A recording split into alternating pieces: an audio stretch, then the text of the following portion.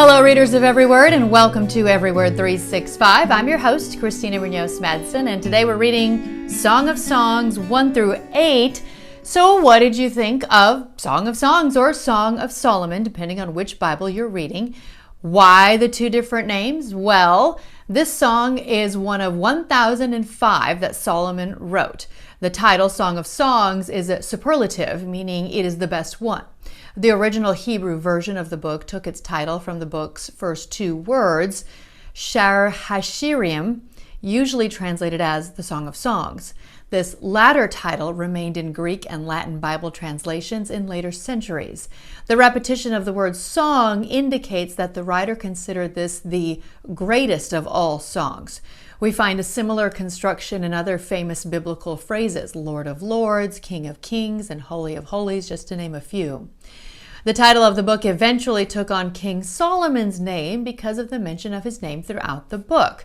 This title change also supports the traditional view of Solomon as the author of the book. While numerous critics in the last 2 centuries have disputed Solomon's authorship, the internal evidence seems to support it, not only because of the appearances of Solomon's name, but because of evidence of his royal advantage and his numerous wives and concubines. I know that was long, but I have called it both, so I wanted to explain why you might see it as Song of Solomon and you might see it as Song of Songs. On to the reading. Please know that I certainly don't want to be insensitive to those of you who are single or divorced or both. Reading this book might be very difficult. And again, I encourage you to reach out to me or a trusted mentor to discuss further, especially if you get upset or have negative feelings while reading through books that are clearly written for a married couple. And this is one of those cases. So this is from the purpose of the writing from Got Questions. The Song of Solomon is a lyric poem written to extol the virtues of love between a husband and his wife. The poem clearly presents marriage as God's design. A man and woman are to live together within the context of marriage, loving each other spiritually, emotionally, and physically. This book combats 2 extremes: asceticism, the denial of all pleasure, and hedonism, the pursuit of only pleasure. The marriage profiled in Song of Solomon is a model of care, commitment, and delight. Keep in mind, this is poetry, so I'm not even going to attempt to tell you what some of these verses mean. But I think some of the language is fairly seductive. Would you agree? Like the finest apple tree in the orchard is my lover among other young men. I sit in his delightful shade and taste his delicious fruit.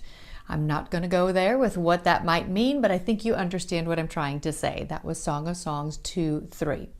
Your breasts are like 2 fawns, twin fawns of a gazelle grazing among the lilies, Song of Songs 4:5. This is what I was talking about when I said this book can make adults blush or be embarrassed.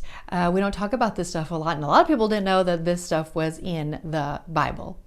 Your thighs shelter a paradise of pomegranates with rare spices, henna with nard and saffron, fragrant calamus and cinnamon, and with all the trees of frankincense, myrrh, and aloes, and every other lovely spice. That is Song of Songs 4:13-14. I'm not even sure if I pronounced those correctly, but you get the idea.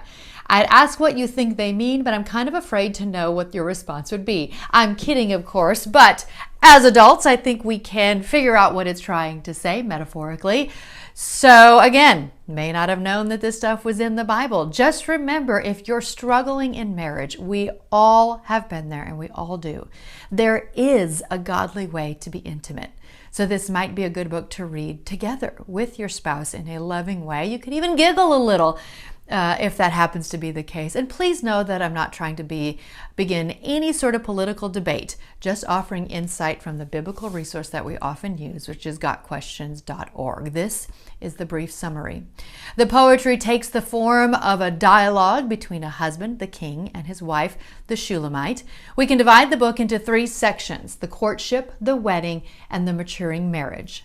The song begins before the wedding, as the bride-to-be longs to be with her betrothed and she looks forward to his intimate caresses. However, she advises letting love develop naturally in its own time. The king praises the Shulamite's beauty, overcoming her feelings of insecurity about her appearance. The Shulamite has a dream in which she loses Solomon and searches throughout the city for him. With the help of the city guards, she finds her beloved and clings to him, taking him to a safe place. Upon waking, she repeats her injunction not to force love.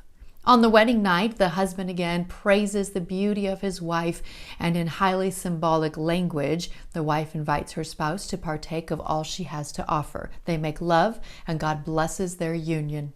As the marriage matures, the husband and wife go through a difficult time, symbolized in another dream. In this second dream, the Shulamite rebuffs her husband and he leaves. Overcome with guilt, she searches the city for him, but this time, instead of helping her, the guards beat her, symbolic of her pained conscience. Things end happily as the lovers reunite and are reconciled.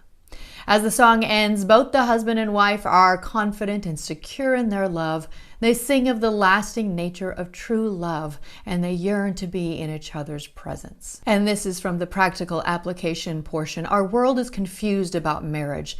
The prevalence of divorce and modern attempts to redefine marriage stand in glaring contrast to Solomon's song. Marriage, says the biblical poet, is to be celebrated, enjoyed, and revered. This book provides some practical guidelines for strengthening our marriages. Number 1, give your spouse the attention he or she needs. Take the time to truly know your spouse. Number 2, encouragement and praise, not criticism, are vital to a successful relationship. Number 3, enjoy each other. Plan some getaways. Be creative, even playful with each other. Delight in God's gift of married love. Number 4, do whatever is necessary to reassure your commitment to your spouse. Renew your vows. Work through problems and do not consider divorce as a solution. God intends for you both to live in a deeply peaceful, secure love. And again, that is from a Got Questions link on the Song of Solomon. And an interesting tidbit about the use of the word sister in some translations. So I'm including a link from Got Questions about that as well. And of course, another Bible Project overview video, because we did finish up another book, and I will notice that they say that Solomon is likely not the author. We covered that in the Got Question article. So again, those are the things that can be and are highly debated. So after all of that, I hope you're still doing okay and hope you're still hanging with us. We will start the book of Isaiah, which means you've read through 22 books. You're doing great. Keep it up. Happy reading.